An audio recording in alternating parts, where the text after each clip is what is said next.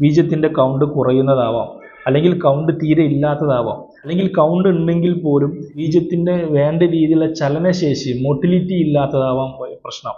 അപ്പോൾ ഈ കൗണ്ട് ഉണ്ടായാൽ തന്നെ മോട്ടിലിറ്റി ഇല്ലെങ്കിലും ഈ പ്രശ്നങ്ങൾ വരാനുള്ള സാധ്യതയുണ്ട്. ഇനി മോട്ടിലിറ്റി ഉണ്ട്, കൗണ്ടും കറക്റ്റായിട്ടുണ്ട്, എന്നാൽ പോലും ബീജത്തിന് എന്തെങ്കിലും രീതിയിൽ വൈകല്യങ്ങൾ ഉണ്ടാവാനുള്ള സാധ്യതയുണ്ട്. അതുപോലെ തന്നെ സ്ത്രീകൾക്ക് പറഞ്ഞതുപോലെ ഹോർമോണൽ ഇംബാലൻസ്, ടെസ്റ്റോസ്റ്റിറോൺ പോലുള്ള ഹോർമോൺ ഇതിന് വളരെ പ്രധാനപ്പെട്ടതാണ്. അതിൻ്റെ പ്രശ്നങ്ങൾ കാരണം പുരുഷന്മാർക്ക് വന്ധ്യത വരാനുള്ള സാധ്യതയുണ്ട്.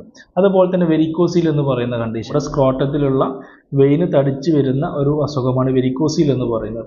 അപ്പോൾ ഈ ഒരു കണ്ടീഷൻ വന്നു കഴിഞ്ഞാലും കറക്റ്റായിട്ട് ആ ബീജം ഒരു പാസിങ്ങിൽ വളരെ ബുദ്ധിമുട്ട് വരികയും തടസ്സങ്ങൾ വരികയൊക്കെ ചെയ്യാനുള്ള സാധ്യതയുണ്ട്. അതുപോലെ തന്നെ സ്മോക്കിംഗ്, ആൽക്കഹോൾ, അതുപോലെ തന്നെ അൺഹെൽത്തി ആയിട്ടുള്ള ഭക്ഷണശീലങ്ങൾ, സ്ട്രെസ്സ്, ഉറക്കമില്ലായ്മ, ഇതൊക്കെ വന്ധ്യതയ്ക്ക് കാരണമാകുന്നുണ്ട് എന്നുള്ളത് തിരിച്ചറിയുക.